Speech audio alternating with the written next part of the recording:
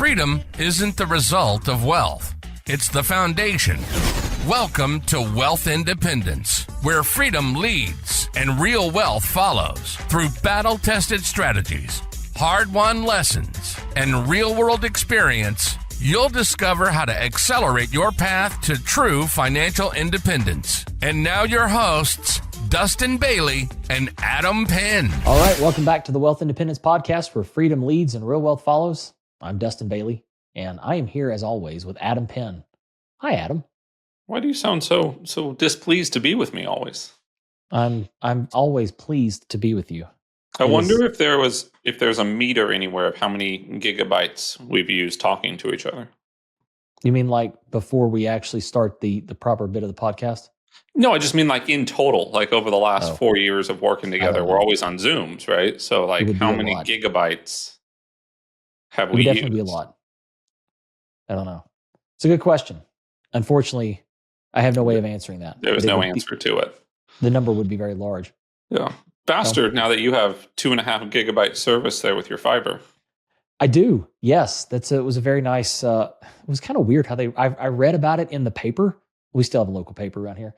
I haven't told you that story about how they tried to up the price of my renewal price by 50%. And I ended up sending an email to the publisher of the paper, and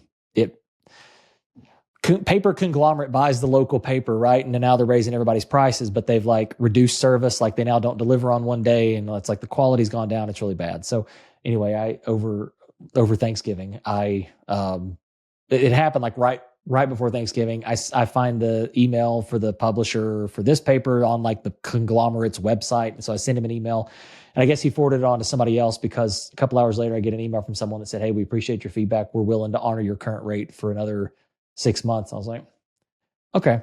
Oh, you should respond and just said, you got to honor everyone's rate. Yeah, I should have. I mean, I would imagine they've got less than like 1,000 subscribers, if I'm being honest. Like, so it's not a surprise that like the rates keep going up. But I did find out about my internet speed increase in the local paper. Instead of getting notified that like they had just upgraded our speed, and like I now all of a sudden had access to faster stuff. Like I still have not received any notification from them, but I read about it and then checked the website, and it shows it. So that was very nice. No price increase or anything, but I did have to spend like $700 on networking equipment in order to like actually take advantage of the faster speeds. I don't think you needed to go from 1 terabyte to 2 terabytes. Gigabyte. Don't give me that much. It's not that big. But what's interesting is the top tier plan now went from, I think, 2.5 gigs to 10 gigabytes for internet. And like that, I definitely don't need.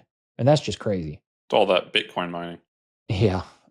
Unfortunately, it's not bandwidth that the Bitcoin miner needs. It's a lot of electricity. But now I got my fancy new router over here, and I had to buy a new dock so I get the wired stuff. But hey, man, when I run speed tests, I'm pulling 2.3 down like consistently, and I'm still on the cheapest plan that Xfinity offers. What's that? I'm still on the cheapest plan that Xfinity offers. Yeah, the fastest, I think they're offering a gig. Well, so you see, this is different because that's cable, right? So like their fastest plan is a gig down, but it's still only like we have fiber through Xfinity here. Oh, okay, we don't have Xfinity fiber. It's just cable here. So their fastest plan for the same price I'm paying right now is 1,000 megs down, 300 megs up, and for the same price I'm getting 2,500 megs down and 2,500 megs up, which is impressive. I think I have 100 up or 100 down and 10 up. I don't know how you live with that. That's totally fine. It would drive me. Some of us have social lives. Well, yeah. You actually leave your house. That's maybe the difference. Do we want to talk about the article that we're going to review today? Yes. Now is probably enough time. I think for the people that say we should banter more, I think we've checked that box. Yeah, there was an interesting article. I thought kind of came out in the Wall Street Journal this morning, and I give the Wall Street Journal a lot of crap about. Now they're going to know what day we recorded this episode. Yeah, well, there's a date on it. We're recording this in early December, but I think this article is not like time sensitive, so at least within a couple of months or something like that. So we'll bring it up here. We can start talking about it. But of course, anytime I see something in the Wall Street Journal that starts with commercial real estate or references real estate, it gathers my attention. So this one was obviously there. But for those that aren't watching on the video, if you're just listening, the title, the headline of this article is "Commercial Real Estate is Getting Too Cheap to Ignore." And then the subhead is, after years of low returns, some portfolio managers are rethinking their commercial property holdings. I'm like, okay, this should be interesting to see what Wall Street Journal has to say. But a few things I thought would be interesting to bring out from this. First is the very, very intro. The initial part of it says, poor commercial real estate. Few investors want to touch it after being burned by falling property values in recent years. They have better options anyway. Why settle for 7% annual returns on real estate when Nvidia is delivering 70? And I don't know. That's an argument we hear every now and then, right? For people that have only ever invested in the stock market, they're like, well, why should I invest in real estate when the stock market's going up 20% every single year? I own, Nvidia and Tesla, and they're way outperforming that. Like, well, okay, that's a much deeper discussion than just the pure return numbers. But I do think it's interesting that they open with that, because that's definitely a point of view that a lot of people take. The article kind of turns and goes here and just talks about that, institutions have not been buyers the last few years. They got a really good chart here that shows the net acquisitions or disposals of U.S. real estate by institutional investors. You can kind of see that 2022 was the last year that there was a lot of purchasing activity, which makes sense. They should overlay a default rate on top of that graph to really get interesting. Yeah, for real. Yeah, it would be interesting. I mean, these what is not said, and so they reference it later in the article about how values are down. So the question then becomes, how much of these acquisitions are actually worth less than they were? And I would argue that probably the vast majority of stuff acquired in 21 and 22 are now worth less. It shows here in 23 and 24, they were net sellers. And then the point the article is making here is that in 2025 is the first year since 22 that institutions have been net buyers of real estate. So they're kind of stepping back in, but I don't know if it's worth pointing out, and maybe this is off topic, but that, a lot of anyone that was going to go, quote unquote, flip a value add multifamily probably got 3-year bridge debt, which started expiring in 24 and 25. Yep. So you start to see some of those assets now need to be retraded either at a lower value or just in general because their debt's expiring. Yep, absolutely. Even if everything worked, maybe their plan worked. Right. Yeah. And, doubtful, but maybe it worked and it's just time to trade it. For sure. But it is interesting. I think that's what's not said in this graph is, they want to show institutional activity, but I think this probably shows maybe more of the bubble that kind of existed post-COVID than anything else. It's funny that 17 was so low. What's that? It's funny that 17 was so low. Yeah, man, that was the time to be buying, right?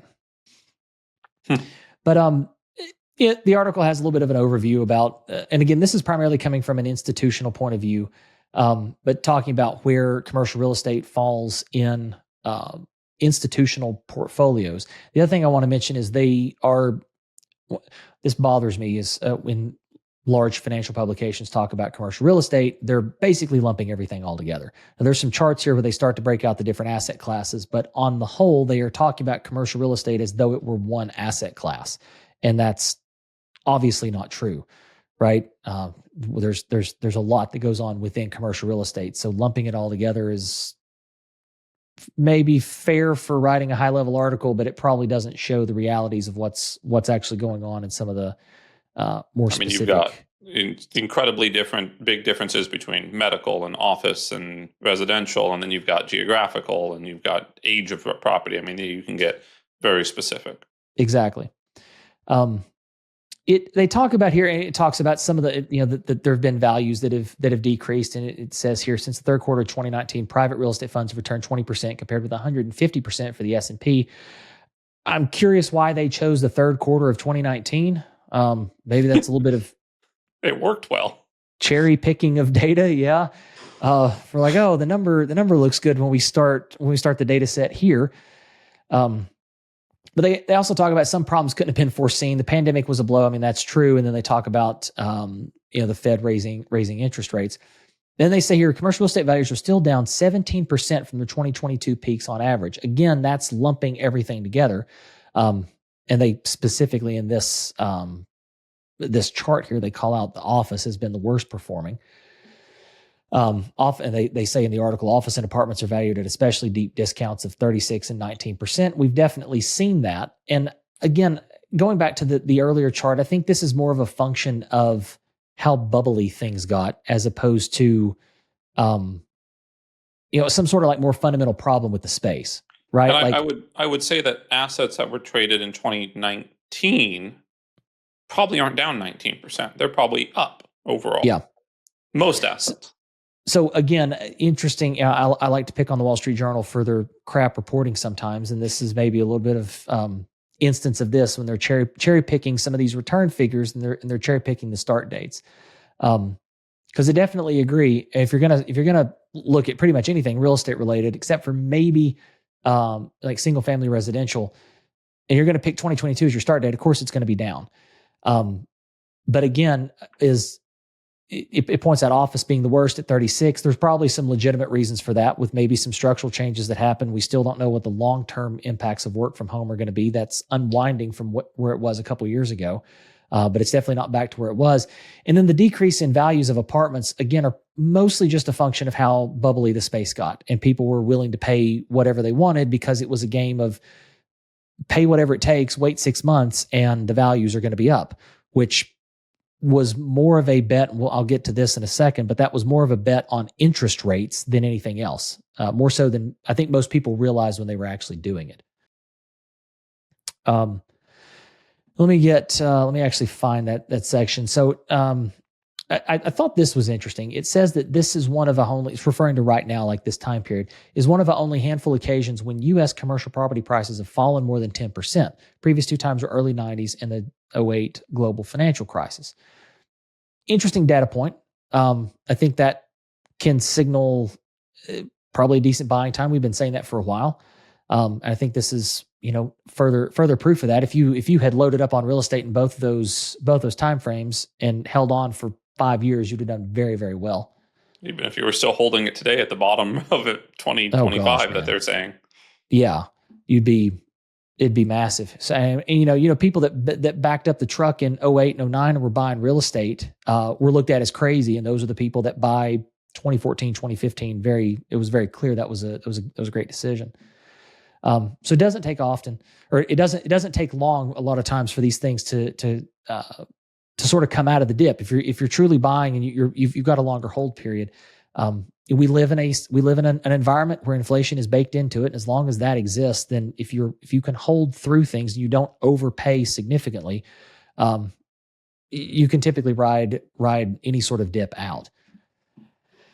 Another thing I don't like about this article, and this is very common, so they want to make an argument that real estate is cheap compared to stocks, and which is fine, but what they're using is the PE ratio of U.S. equities, and I would assume this is just the S&P 500, to commercial real estate equities PE ratio. And we talk often that REITs are not the same thing as real estate. It's more closely related to stocks, especially public REITs, than it is to real estate, because it still is you've got the fast liquidity. It reprices instantly. It still gets subject to the whims and the animal spirits that the regular stock market is. So I don't like that as a gauge for like where real estate is, but I do think it's interesting that there's definitely been a dislocation here. I think when they've got these sort of markers for real estate stocks relatively cheap and real estate stocks expensive, and when it trades within that range, I think that typically just shows more than anything that stocks and REITs are highly correlated. But there's been a breakout here, right? And so is that big dip 08? Yeah, the big dip was 08. So they're saying that it was expensive to buy real estate equities in 08. And I think that was more of a function of how far the stock market had dropped. Gotcha. The stock market had fallen so much that the equities were still priced high in comparison. That real estate equities, and again, I don't know exactly what they're using as the proxy on this, but I would assume public REITs of some variety, or some sort of index that tracks public REITs. But again, interesting data point. I don't know that I would put a whole lot of stock in this, pun intended. Thank you for laughing at that, Adam. But it is interesting that there's been a breakout here really since kind of the end of 2023. That it seems like commercial real estate, if you're willing to, look at the values of REITs, they're cheaper compared to the rest of the market, which kind of makes sense. There's a lot of, and that's sort of where this article starts turning, is that there's a lot of bubble talk, about AI and AI stocks, and some of that came out through November. There was a little bit of deflation there, maybe not a bunch, but there was some thought that people were waking up to maybe all this AI spending, and just the continual pouring of capital into AI is not going to produce the results we thought it would. I don't know. That seems to have recovered. Maybe everybody was just preparing for Thanksgiving. I don't know. It's interesting that narrative existed for a couple of weeks and now seems to have gone right back to, oh, let's just buy everything and number go up. So again, maybe this is not so much that there's anything happening in the values of real estate, but it's just everything else is kind of getting bubbly. But the big thing in this, I know we're starting to draw a little bit long here. The thing I thought was maybe most interesting was this paragraph here. And for those, if you're not watching on video, I'll read it. It says, as debt costs are expected to remain higher, which I think is an interesting aside in and of itself, right? The people that are expecting interest rates to drop back down, this article would seem to imply the authors of this article don't think that's going to happen. But it says the old playbook for investing in real estate no longer works. For more than a decade after the global financial crisis, low interest rates pushed up property prices, and an abundance of cheap debt amplified returns for investors. But buyers can no longer assume that real estate values will rise as fast as they used to. This makes the income that a building generates much more important.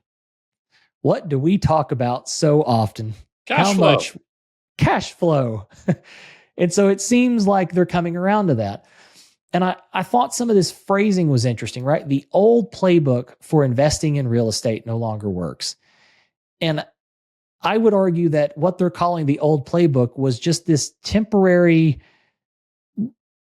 aberration of time where you were betting on interest rates more than anything else.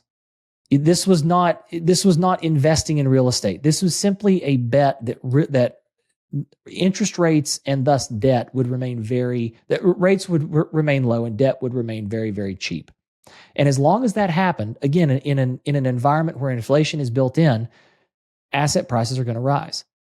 And so, yeah, I mean, we could call this a playbook, but I think for anyone looking at like real estate as a giant equity growth play, even looking back, I think the smart investors that we know knew in the middle of this that this was temporary and that this was not likely to last, and that was not normal, and that a reversion to higher rates was a return to normal. And I've been talking about that for a while now, that people that thought that, oh, we're just going to wait for rates to go back down. I don't know that that's a given. So anyway, I've monologued about this a little bit, Adam. What do you think about the old playbook and this now, like, oh, hey, the income a building generates becomes much more important?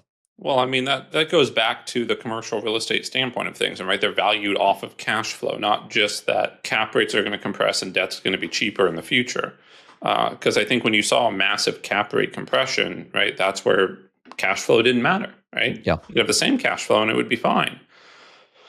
So, I mean, I agree with what you said, right? People were betting on lower debt, which is really just betting on bond rates, not betting on I think it's important to remember that when you buy real estate, the asset is a business, right? You're buying a functioning business of tenants.